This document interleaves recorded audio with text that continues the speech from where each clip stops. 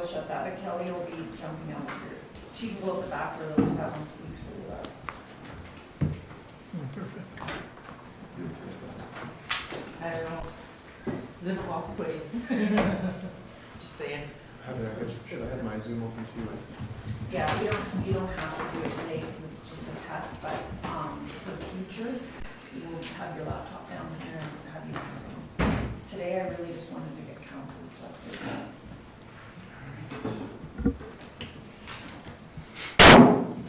Welcome everyone to the City of Kenora Committee of the Whole.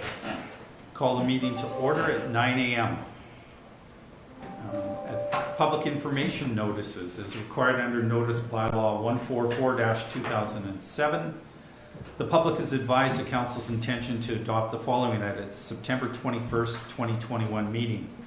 Declare road allowances identified as PIN 42169-0243, PIN 42169-0244, and PIN 42169-0245, and the property described as PIN 42169-0162, surplus to the requirements of the municipality. Close the road allowances identified as PIN 42169-043, PIN 42169-244, and PIN 42169-0245. At this time, I'd ask everyone to rise and Councillor Van Wellingham read the blessing. As we gather, we recognize that we are on Treaty 3 lands which are steeped in rich Indigenous history and home to many First Nations and Métis people today. We continue to be thankful for the partnerships with our Indigenous people. We give thanks for the many blessings we enjoy in the city of Kenora. We seek wisdom in our minds, clearness in our thinking, truth in our speaking, and always love in our hearts, so that we may try always to unite the citizens of Kenora. Let these principles guide us in our decision making.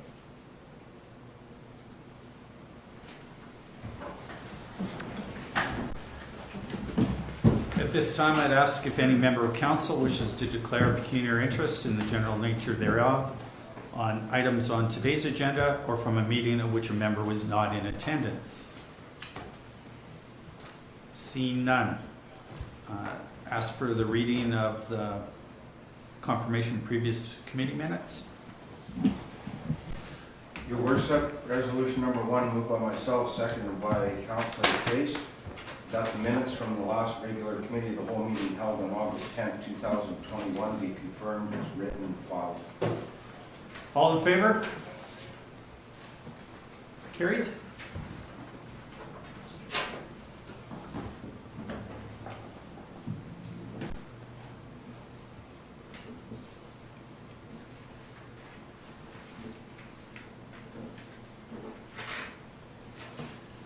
All right, deputations and presentations, we have none.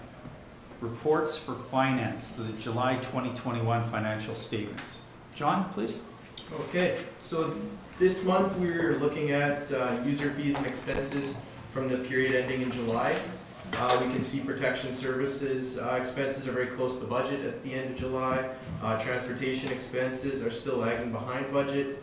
However, this is consistent with prior year's spending, as we will see a larger number of invoices coming into August. In transportation, you will notice that metered parking expenses are behind budget. This is because a bylaw position has not yet been filled. Community services expenses are also below budget at this time.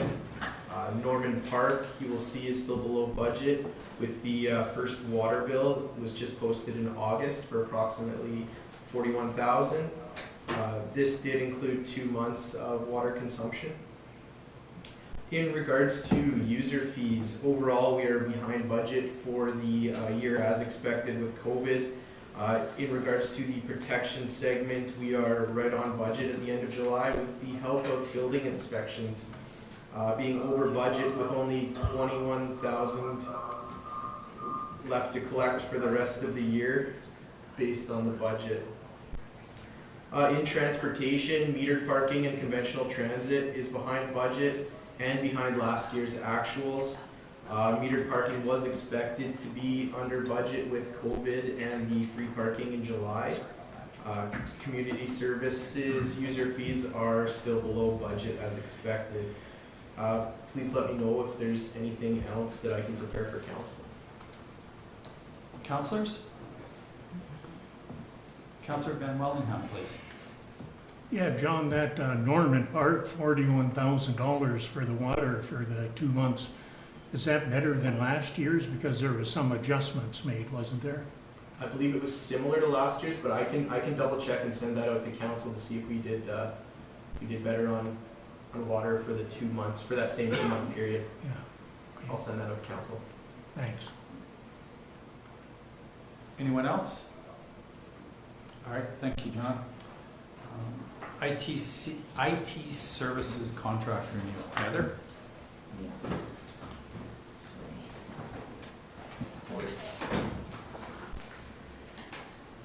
Our IT service contract is ending at the end of December 31st. So this service contract is our primary support for IT services throughout the entire city. The renewal contract is for a 3-year period commencing January 1st, 2022. And it is with Boreal Datacom, who we have been with successfully since 2010. They provide all the day-to-day support. They provide the infrastructure recommendations, and then also look after the downtown cameras and all of the other IT-related items that the city requires. So it is our recommendation at this time to extend the contract for 3 years, and the details are attached with the contract. Questions, Council? Councilor Poirier, please. Thank you, Your Worship. So to Heather, so when I went through the report, I don't have any issues with the report, what was put in there. There was a couple of comments made about, and it was sort of a common theme about saving money and that. I'm not sure, is that the area that we really need to be concentrating on significant savings? I know there has been and will continue to be over the years, but then when I look at, as I'm going down the report, the overall network service demand has proven itself to be ever increasing. And I think you brought up, about cameras and, there's always talk now about cybersecurity and such. So I'm just wondering, do we have enough in this agreement to cover off on all these issues that may, rear their ugly heads with regards to the city? Because it's, we don't want to skimp on that area. Definitely. The owner, Jim Karen Betzos, and I had a lengthy discussion just about IT services and if we are meeting the needs and if there was a requirement for any changes to the contract before the contract was brought forward. And Jim has assured me that the contract is satisfactory and the workload and the work expectations are met within the contract. There may be times when you see the next budgets over the next 3 to 4 years where you're going to see increases in different server upgrades and that. But as far as the contract and the support goes, he is satisfied that this is at the level that's required to provide the service that they do now. Okay, thank you. Anyone else? All right, the report will come forward next week. Thank you, Heather.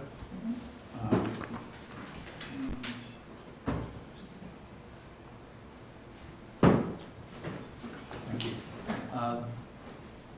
The noise bylaw, please. Okay, so the noise bylaw has not been amended since 2007, and we've had some different trends happening within the bylaw enforcement department that we weren't able to address through the existing bylaw. So we made those changes and recommendations in the current bylaw that is before you, and with those amendments will allow us to do enforcement in areas that we currently can't do. It also will require us to make an application to the Attorney General for a new set of set fines, which will attach fines to those areas where we need enforcement. Councilor Goss. Some of these calls seem to be leaving the amount of noise to a discretion call.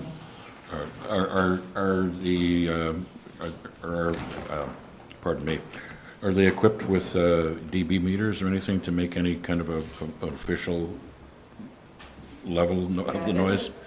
It's a tricky one, I know. It is a tricky one, and again, when we were reviewing this with our solicitor, we talked about all those things because there are some bylaw enforcement divisions that do carry those and do have them, but they are questionable when you get to court. So sometimes, they're accepted by the justice of the peace, and other times not. So we don't have them, but we can. And the solicitor suggested that we, move in that area, because it's just another tool. Not always going to be supported by the JP, but it is another tool. And I would imagine the JP doesn't always support somebody's call, say this is at your discretion, so this Yeah. might be noise to you and it might be acceptable to me. Okay? Yeah, very discretionary for sure. Yep, thank you. Councillor Van Willingham? Yeah, do we get any input from the OPP at all on this? Do we run it past them? Yeah, we have regular conversations with the OPP on the various noise, because it's usually the OPP that will respond to the ones, especially that are after hours, but those are primarily, the noise, the music after hours, but anything that has to do with construction or operation of various equipment, they'll call us for those calls. But we do consult with them, and they provide us feedback on the areas that they're having challenges with, not being able to kind of respond to those calls. Good, thank you. Anyone else? All right, so that will come forward next week.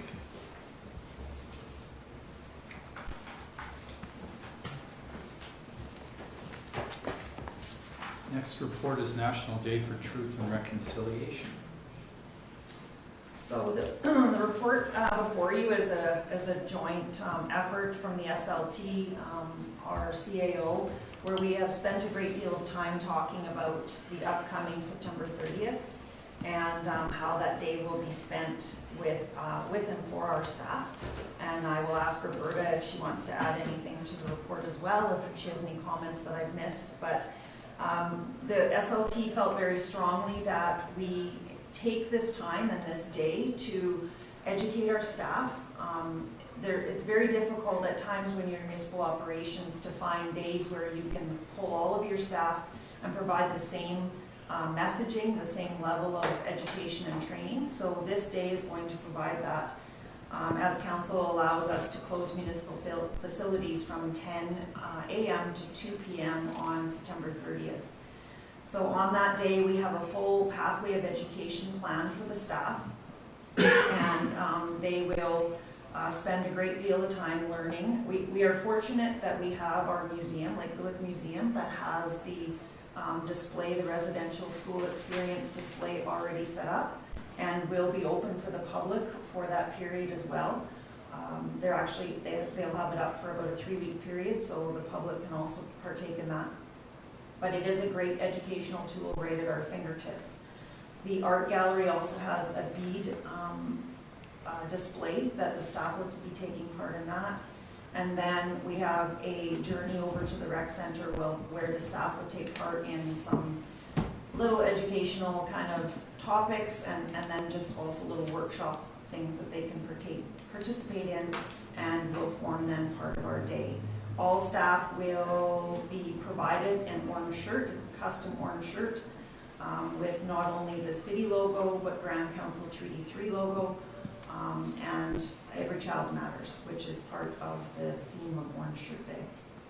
So the staff, SLT has put a lot of thought and work into this process, and we're really excited about the day and the educational opportunity that it's going to provide to all of our staff.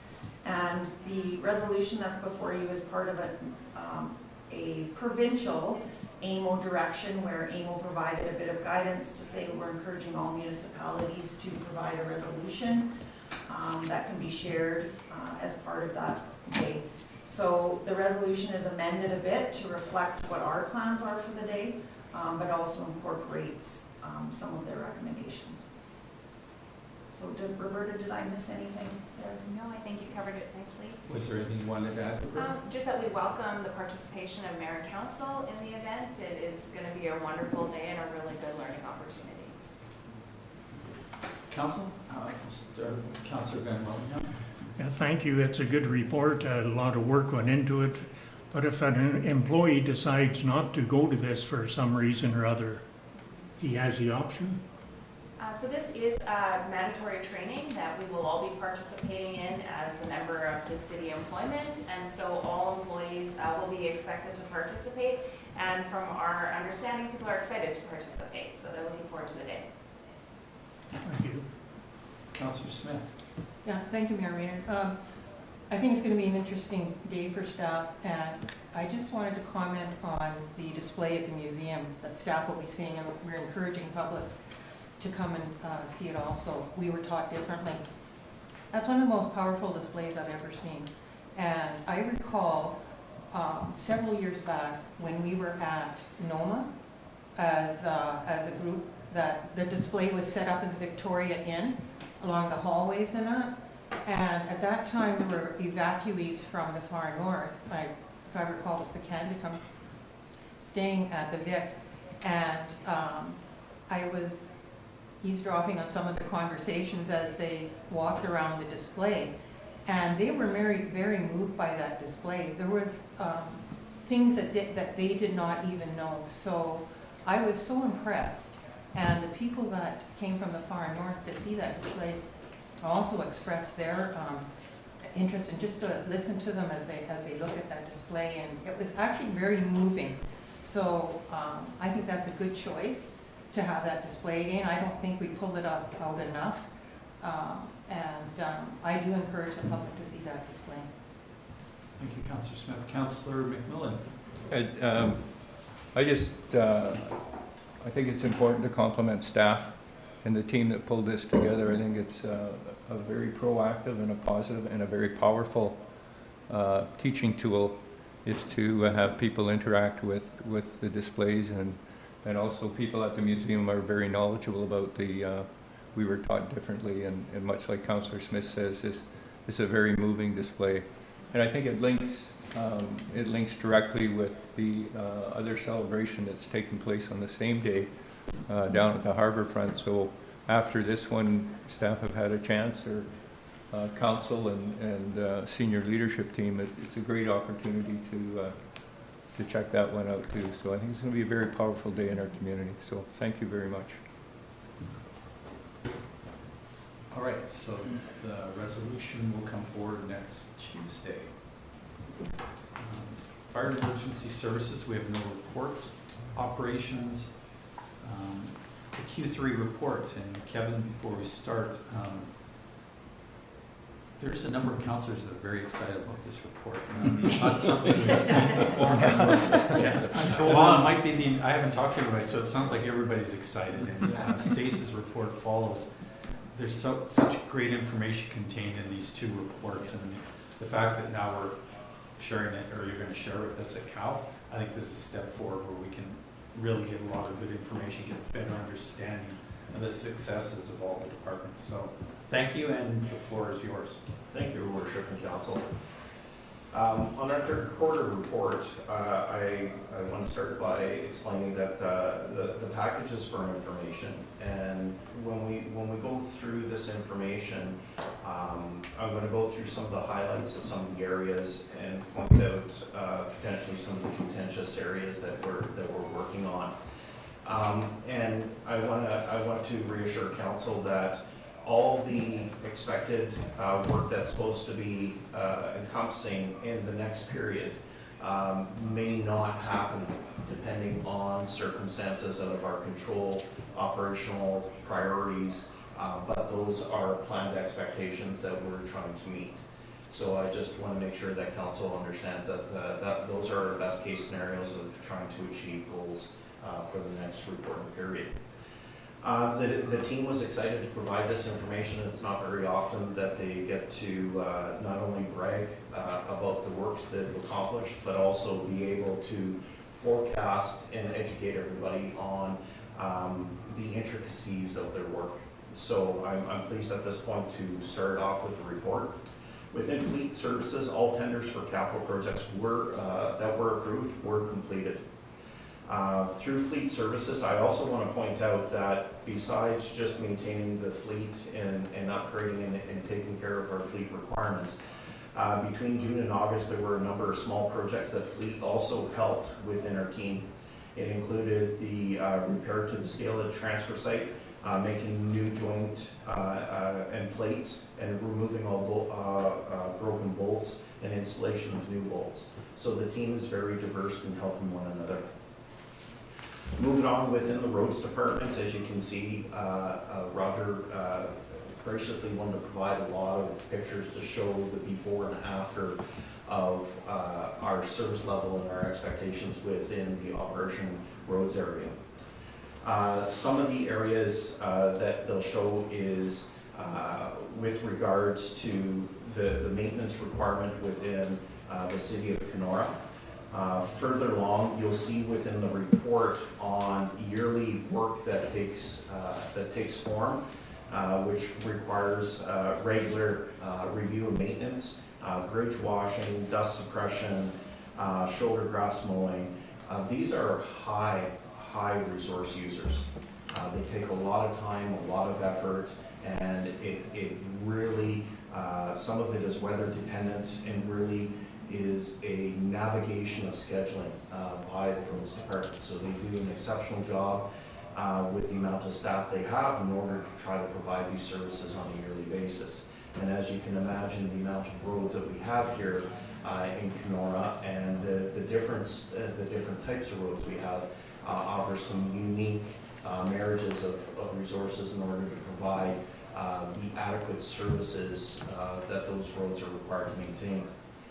I want to point out that it was explained that some of the capital work that will not be done in the East Melnick area is due to the additional delays that were happening because of the La Jeunesse Bridge project. So it will be scheduled for next year, and they will put that on the priority list for next year.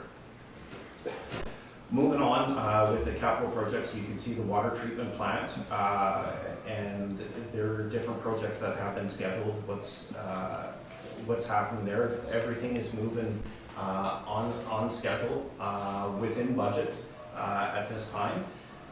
Some are waiting for modified work schedules. Work beginning because of some equipment delays due to COVID, but is still planned to move forward in a progressive manner.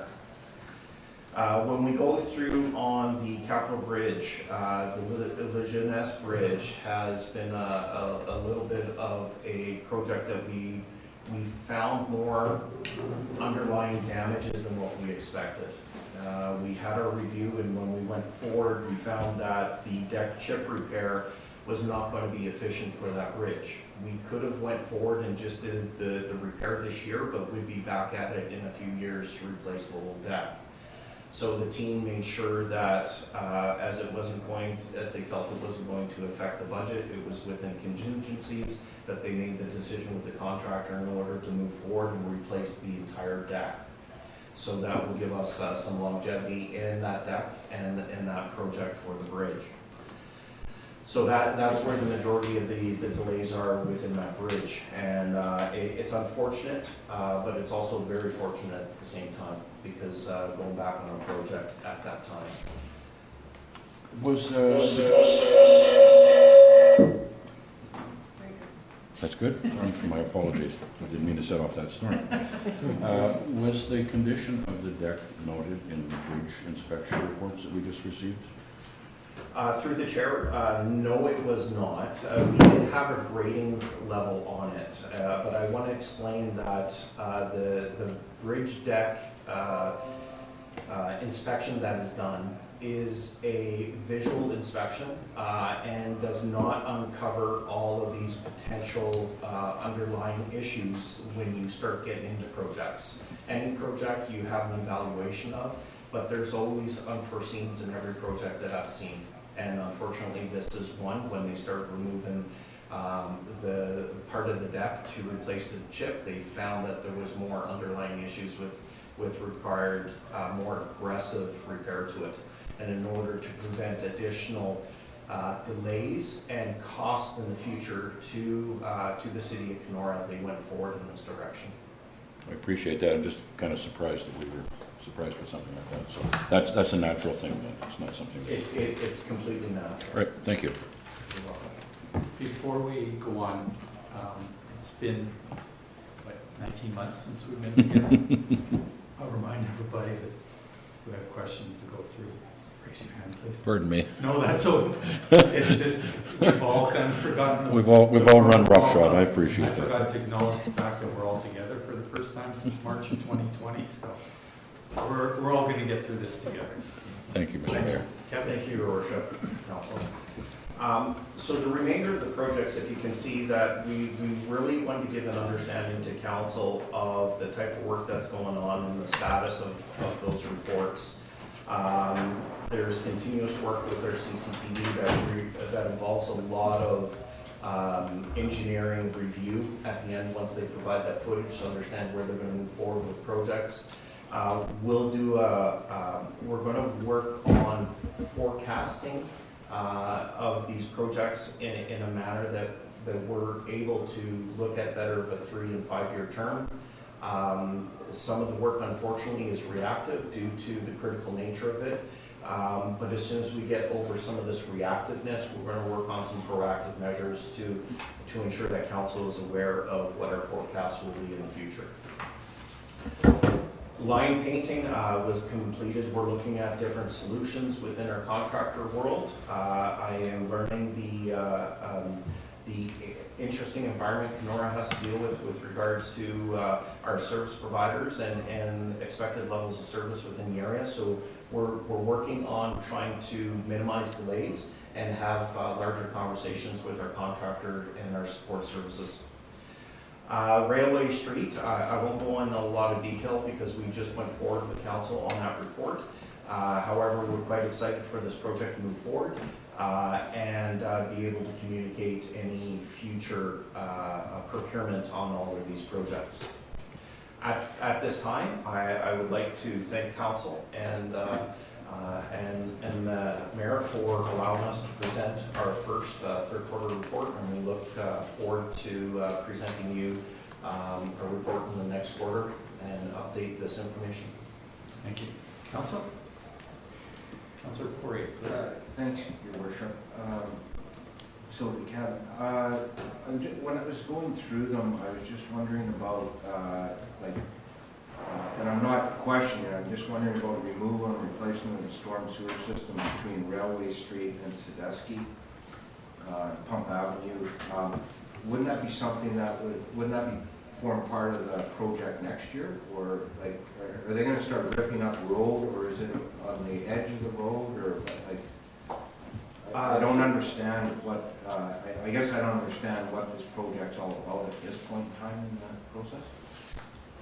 Through the chair, thank you. I would like to, I can provide you the report for the original scope of work for the project and bring that forward to Council as a reminder of what the railway project is, because there's a larger scope of what each phase, and there may be a requirement for a reminder to Council of what the whole project is detailed through the phase. So unfortunately at this time I wouldn't be able to give you the intricate details of the individual phases, but I can bring to the next Council a review of that project if you would like. No, that'd be fine. Thank you. Anyone else? All right, thank you, Kevin. As we said, there's a lot of great information there, and it's certainly, you know, a lot of times in the past we look at things at budget, but then that would be as far as it goes. So it's a good reminder, not only the successes, but all the work, you know, the regular day-to-day work that the department undertakes. So thank you. We'll move into Community Services with Stace, and Stace, the first one is the Recreation Center concession. Yeah, thank you very much, Mayor. The report before you, Council, is related to an extension of the contract that we have between the City of Kenora and Chad Groff, who operates the concession at the rec center. The rationale for the extension is that with COVID occurring, effectively, Chad had lost about a year's worth of operation. So we're just looking to have him held whole. The terms would be consistent with what we would have seen in the previous agreement, and we would simply build this revenue in our 2022 operating budget. Council? Councilor Van Wellingham. Yeah, is Chad at all interested in the Keewatin Arena concession, or where is that one going to be? The Keewatin concession is in the middle of a 3-year agreement, so this is, we're asking for the extension here, recognizing that it was right at the end of the contract, whereas Jen Schott has the other contract in Keewatin, and I think she was in year 1 of year 3. Okay. All right, so this will come forward next week. And Stace is going to go over the quarterly report on community services. Thank you. I just want to acknowledge before we get going here that staff put a lot of effort in terms of building this, the content of this report and managing these projects, and also acknowledge the fact that for some of these projects, of course, some of them are outsourced to third-party contractors, but some of them are great examples of how interdepartments work together to accomplish goals that make our community better. So, with that, I'll just run through the projects quickly. Project number 1 is related to the welcome signs on both the east and west highways. You'll note that the state of the signs were almost ready to fall down, and as a result of a $20,000 capital investment this year, we were able to resurface these signs and get some extended use of them, and I think they look fantastic. The dog park, great example of departments working together. Roads worked with parks and the rest of community services and sewer and water for $97,000 build this beautiful facility of land that was never going to be used for anything. It was the back 40 of the old City of Kenora lot. Every time I drive by there, just a side note, I must see 4 to 5 vehicles, so it's very well used. And some of the amenities that we put in there, we put a light standard in there, so in the winter when it starts to get dark, that people can go and walk in the evenings and feel safe. So I think that's great.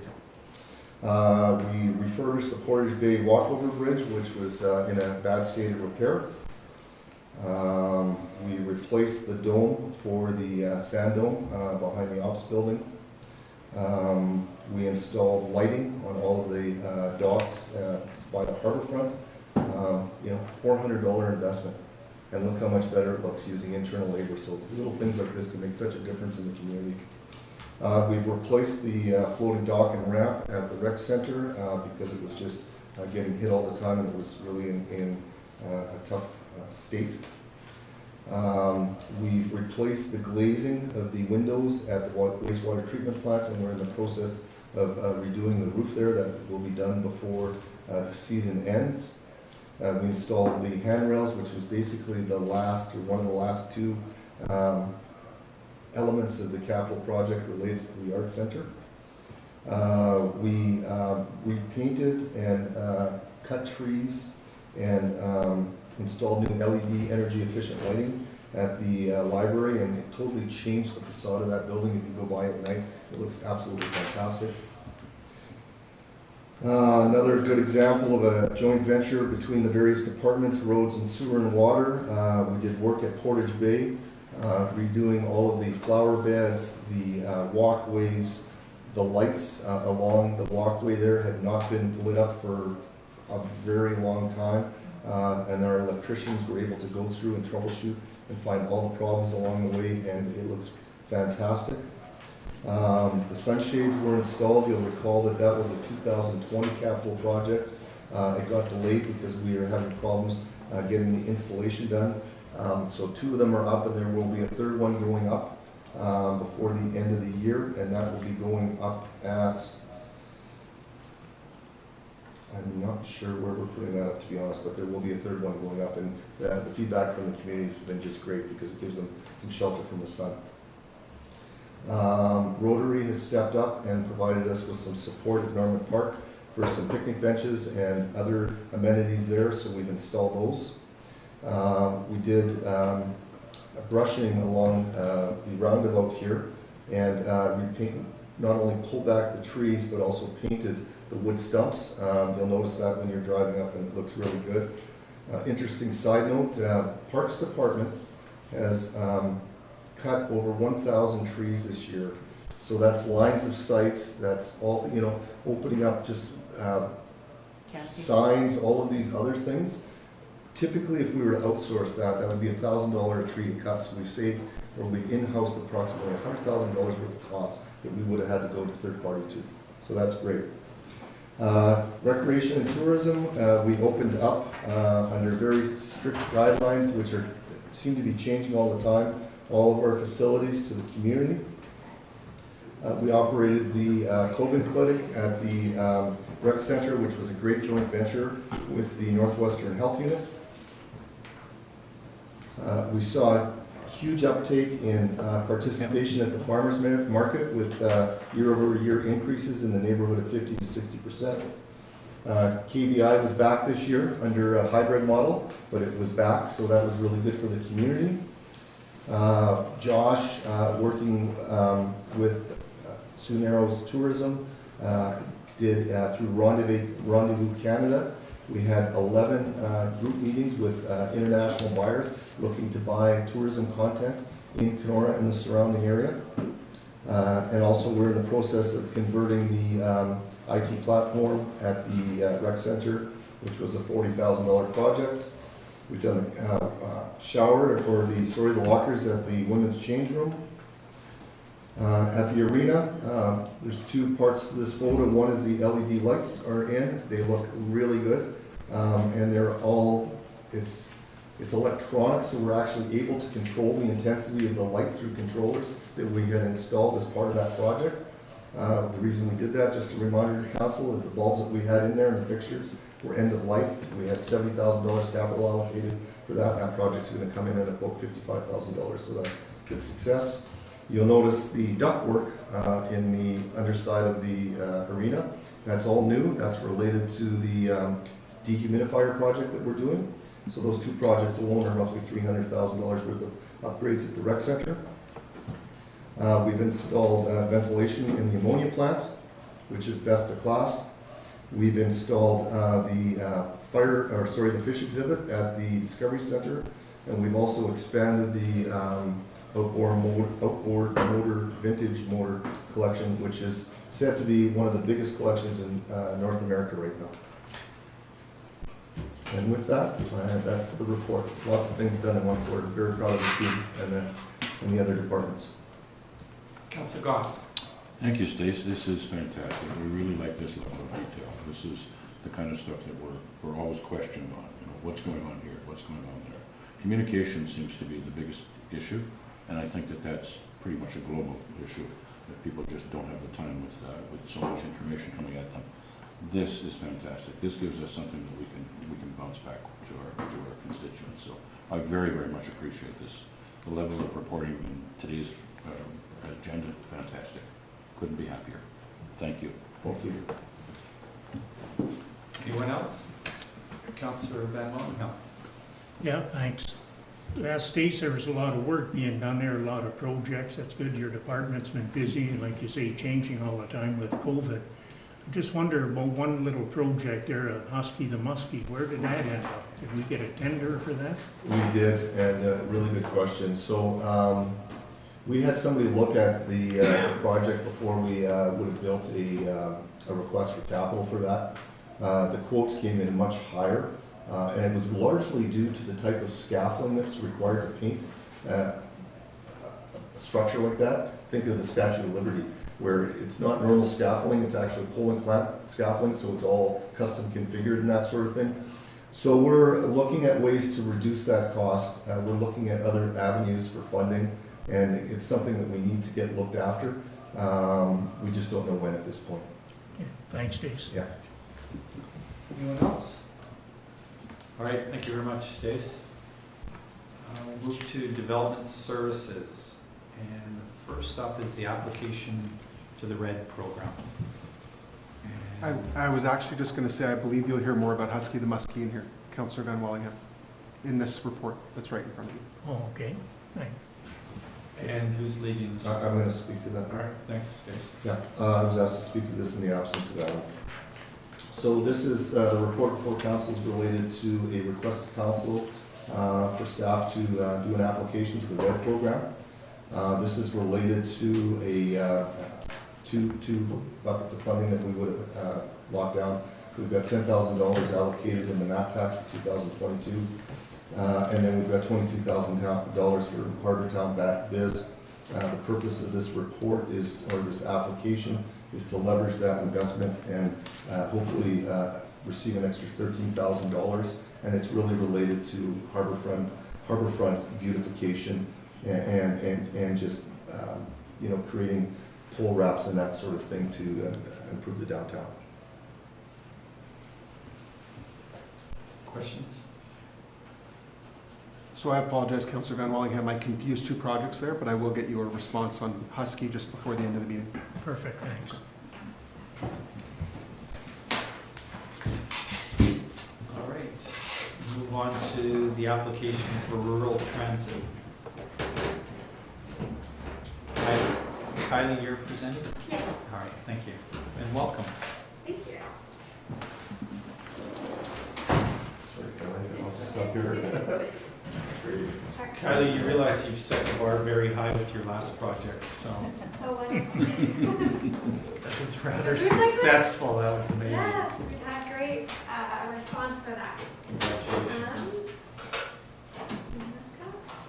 Yes, so good morning, Mayor and Council. In the absence of Adam, I'm speaking to this report, which is asking that Council approves an application to the Government of Canada Rural Transit Solutions Fund for the development of a micro-transit feasibility study.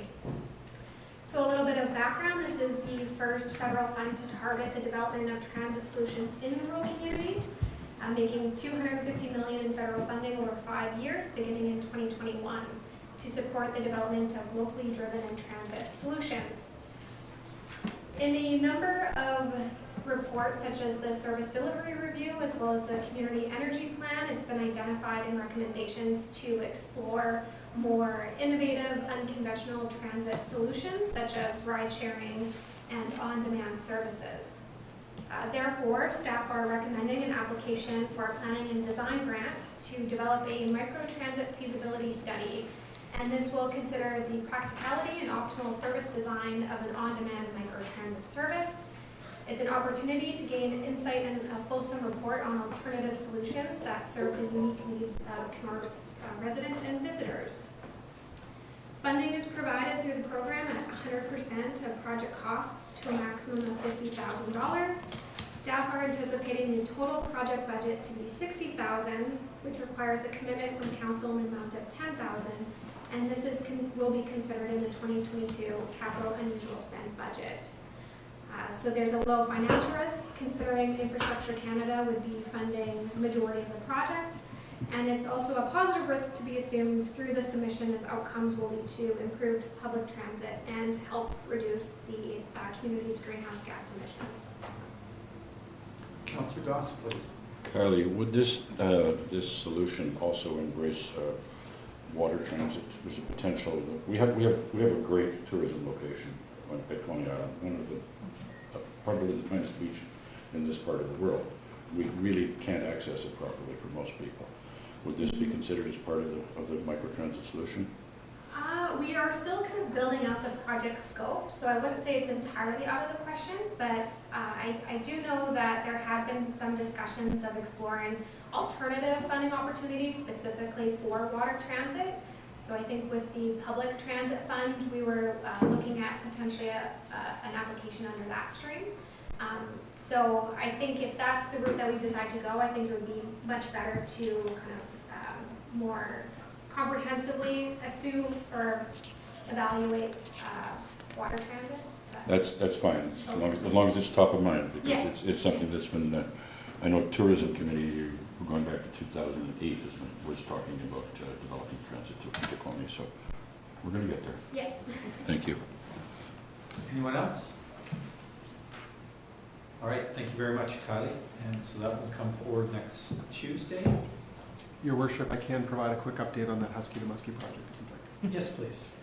So it's always a good problem to have when we apply and obtain so much grant funding that I can't keep things straight. So the team does a great job getting grant funding for us. So with the case of Husky to Muskie, because of the challenges that we had with the initial project and costs coming in higher than we anticipated, we are submitting an application under the Tourism Relief Fund through FedNor for zones 1 and 2 of the Harbourfront redevelopment project, and hoping to obtain some more funding there that will allow us to undertake the full renovations of Husky to Muskie. So just another grant application that we have in the queue, waiting to hear back on that, but that's how we're trying to get around the challenge of the costs there.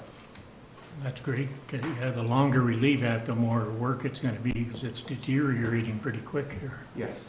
So I don't have a timeline on when we'll hear back about that, Councillor Van Wallingham, but I can try and lock that down and send out an email to council. That's great, thanks. Just for clarification, Stace, was it a deterioration of Husky to Muskie or repainting and remedial damage? It's really related to the painting. I'm not aware of anything structural that's going on there. That's what I thought. Yeah. Thank you. All right, next up is Kevin's going to walk us through the surplus lands declaration at the Evergreen site. Welcome, Kevin. Good morning, I'm Mayor Renner and members of council. So what we have here is basically 3 decisions wrapped up in one. So that would be the closure of roads, streets of record, declaration of those, plus 1 additional property as surplus, and then the authorization of sale of those same lands. And that all stems from an application to purchase city property that was received from booksellers Lundin, Randy Sellers, on behalf of 5901058 Manitoba Limited. As I'm sure you all know, that is the numbered company that purchased the former mill site, and as part of that purchase acquired most of the lands in what we're terming the Evergreen site. If you refer to the image in Exhibit 1, all the areas in blue in that image were acquired by the numbered company as part of the mill site purchase. Now they wish to develop that property, and in order to do so, they've made this request to purchase the city properties identified in red on that same map, so that they can consolidate this all into one property for development. I'm sure you're all aware it's a bit hilly in there, and just to get access and be able to develop in the areas where you can develop on that site, they feel that they need to deal with the whole site at one time. What they're planning to do is approximately 40 dwelling units spread across 6 to 8 individual buildings, so multi-unit buildings across the site. We've certainly heard in the past about the concerns with any development in proximity to CP rail land, so just wanted the council to know that we have made the purchaser fully aware of the fact that there will be a noise and vibration study required as a condition of the eventual development of the property. So as they proceed forward, if council should approve the sale that they've requested, the next steps would be to rezone the property to an R3 zoning to allow for multi-unit development, and then they will be subject to site plan control, and they know that we will require a noise and vibration study as a condition of moving forward. And I think that basically covers my briefing. If there's any questions, I'd be happy to answer those. Council? Councillor Smith. Just a comment, I think it's very exciting, these were unusable lands for the city, and to offer them to sale to a developer that wants to build housing is pretty exciting, because we know we need much needed housing in our community. But any timelines about when they would start building, or I'm sure that's way ahead of the game. I know they're eager to start the zoning amendment process. They wanted to finalize the purchase and sale first, so that they're making a request for rezoning of all their own property instead of rezoning of city property. And I know I had a request from the agent for the applicant just yesterday asking how quickly they can move forward with that. So I can't speak for the purchaser, but I know they are eager. And I should mention that we did also provide notice to all neighboring property owners. I forgot to mention that. Plus, there was notice in the municipal memo, and we didn't receive any.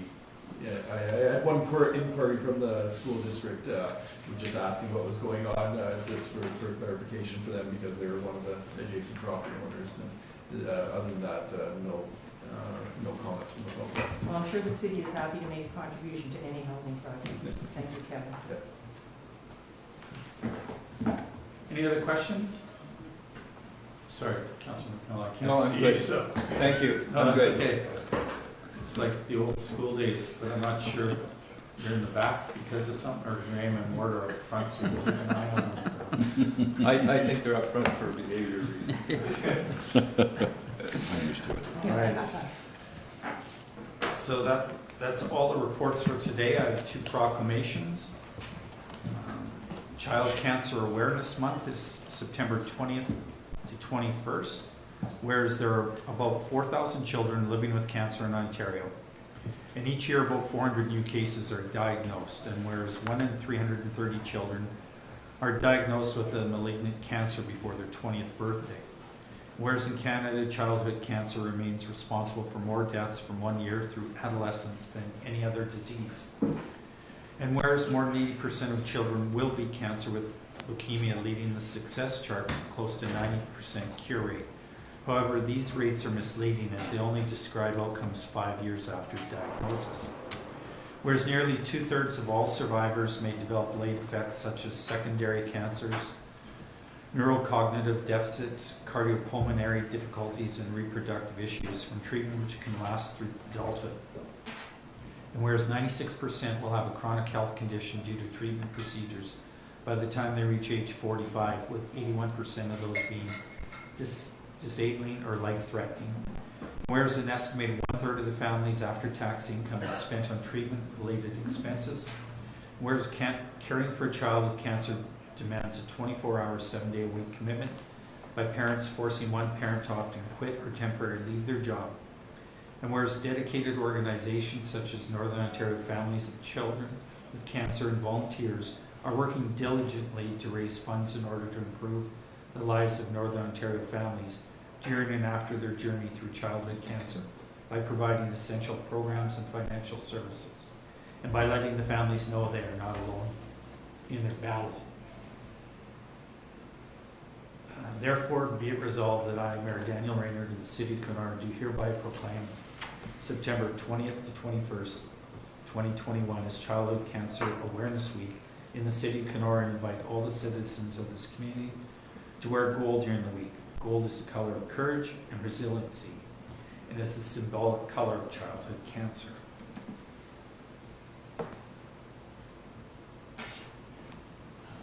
Proclamation for Franco-Ontarian Day. Whereas by the virtue of the Franco-Ontarian Day Act, which was legislated on April 26, 2010, it is declared that September 25th of each year be recognized as Franco-Ontarian Day throughout the province of Ontario. And whereas September 25th is the anniversary of the first raising of the Franco-Ontarian flag, and it represents over 400 years of French presence in Ontario. And whereas there are more than 600,000 Francophones in Ontario, the largest Francophone community outside of Quebec. And whereas Franco-Ontarian Day has become an annual occasion to celebrate the Francophone community. Now therefore I, Daniel Raynard, Mayor for the City of Kenora, do hereby proclaim September 25th, 2021 as Franco-Ontarian Day in and for the City of Kenora. We have a public meeting, zoning bylaw meeting at 12 noon. Before we adjourn, we'll go around the table and we'll start with Councillor Poirier. Nothing, Your Worship, thank you. Councillor Chase. Thank you, Your Worship. Just wanted to say I'm excited to be here and be in person with all of you. So thank you for, thank you. Councillor McMillan. I'm good, thanks. Councillor Smith. Nothing today, Mayor, thank you. Councillor Goss. Never at a loss for words. Mayor Raynard and I took a drive around we're on downtown Kenora, the outlying areas, South Park, Keewatin, last Saturday, just to look and see what was going on, get a feel for everything. And I've got to say that there is an awful lot going on in Kenora. Despite all of the doom and gloom and needles everywhere, there are signs of progress in this community. And people are adjusting post-COVID. I think as we move forward, there's a lot of good news coming. I was really kind of actually quite surprised by the quality and the quantity of work that's going on around town. And I'm talking about people putting their own personal money into it and making things happen. So despite all of the negative spin that we're getting from COVID, I'm starting to feel a real air of more excitement. There are good things on the horizon. And I just ask that the people of Kenora pay attention to the COVID situation. We may have our way out of this in 6 months or so, and let's brace ourselves for a really exciting next few years, because I think that there's an awful lot of good stuff on the horizon that people don't pay enough attention to. Housing is a critical issue. I think that there are some solid moves on that. Nothing can be firmly announced yet, but there are changes, and just because people don't see it doesn't mean it's not happening. Thank you. Thank you. Councillor Van Willenham? Yeah, thank you. I was out at the Lake of the Woods Speedway on Sunday there at the track that Anthony Leake has built. And I don't know where he got all the donors and stuff. He had to beg, borrow, and steal to get everything going, but it was a sellout on Sunday. There was over 200 people in the bleachers there, so it's getting better all the time. So I encourage anybody to go out there. I'm not a race car fan, but I enjoyed that day. They had stuff for the kids there. They had food trucks, and it was quite an event. So he's going to come back next year bigger and better. Thanks. Thank you. On that, Councillor, in talking, Anthony has received tremendous support from the community by large contractors that have donated time, equipment, materials. So again, it's another example of successes we see within the community. With people, when you reach out, people, they come forward. So you're right, it's a tremendous success. The only thing I want to talk about, and I would, thanks to Councillor Smith for giving me a 5-minute notice that I needed to speak in Keewatin on Sunday, but if you get a chance, Councillor Goss talked about our road trip, and we basically went from the Lakeside Baptist Church all the way to down by your place, Sharon. Like we covered all over Kenora. And one of the things we saw, and I was invited to participate on Sunday, was the St. Andrew's Memorial Memory Garden. And we contributed to it. They're probably one of the few groups that has applied through CIP funding that wasn't, building oriented. And they've done an amazing job. So if you're ever over in that area, grab a cup of coffee, a cup of hot chocolate, bring a book, and just sit there, and you just have to experience it. It was, for somebody who grew up in Keewatin, brought back a lot of memories, most of them good. And, but it's just an example, again, of, when people put their energy to something and we support them, great things happen. So if you get a chance, definitely get over there. Do we have a resolution to adjourn, to close? Yes, Your Worship. Okay. Before we read this, just Heather's reminded us that in the current format, we're on a 20-second delay. So after we close the meeting, let's just give us about 30 seconds before, so you don't get caught saying something you don't need to. All right? Councillor Chase. All right, thank you, Your Worship. Resolution number 2 is moved by myself and seconded by Councillor McMillan, and it reads that this meeting now be adjourned at a closed session at 9:58 a.m. and further that pursuant to Section 239 of the Municipal Act 2001 as amended, authorization is hereby given for committee to move into a closed session to discuss items pertaining to the following: 1, labor relations, and 2, educating and training members of council. All in favor? Carried. We are adjourned. Thank you, everyone. And thank you, staff, for putting together our first in-person report. Council meeting. Thanks, Roar.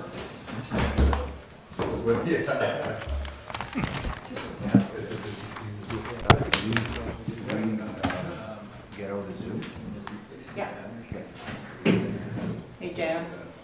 had one job in 18 Leaving zone? months. Well, Yeah, you know, 20 seconds is lapsed. but So there might be they a little introduced mix you. there. I go, It's gotta be crazy for you I'm trying to sorry, figure you're this gonna out. have to. Well, it's like Counselor just nuts. sends her apologies. I do the tech Just stuff at stuck home, with and me it's and crazy enough. They just started booing me. Well, and I can't figure out why Anna's not happy. I thought it was like down, it's coming out of the. No, I don't understand. That's well